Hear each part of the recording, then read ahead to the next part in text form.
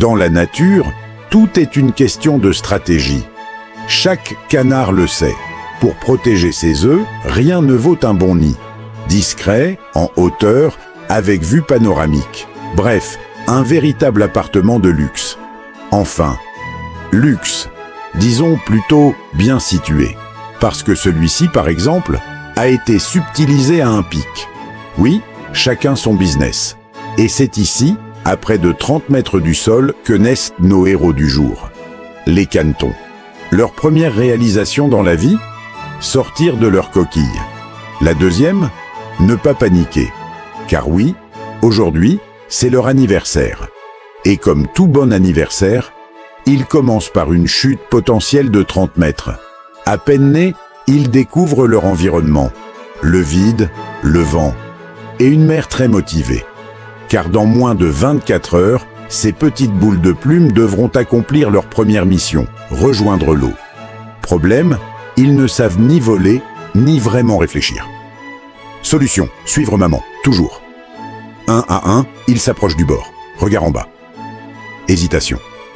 Remise en question de leur choix de vie. Puis, ils sautent. Oui, comme ça. Sans tutoriel, sans entraînement, sans assurance. Et étonnamment, ça passe.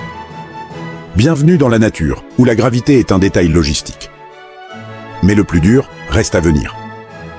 Après la descente, la marche. Direction, un endroit beaucoup plus accueillant, l'eau. Mais entre les deux se dresse un obstacle redoutable. Une route. Pour un humain, c'est banal. Pour un caneton, c'est littéralement un jeu vidéo en mode expert. Des véhicules passent à toute vitesse. Aucun feu rouge, aucun passage piéton.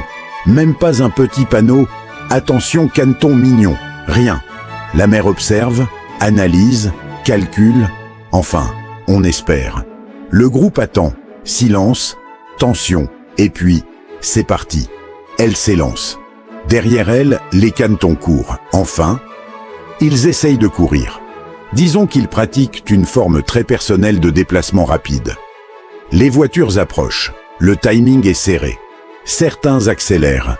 D'autres revoient leurs priorités. Mais personne ne s'arrête. Parce que, dans ce genre de situation, il n'y a qu'une règle. On y va et on verra bien. Miraculeusement, ça fonctionne. Un premier groupe traverse, puis un second, et finalement, toute la famille atteint l'autre côté, sans dégâts, sans GPS, sans même comprendre comment. Comme quoi, parfois, l'instinct fait tout le travail. Épuisés, mais vivants, les canetons atteignent enfin leur destination. L'eau, leur élément, leur refuge, leur spa naturel. Mission accomplie.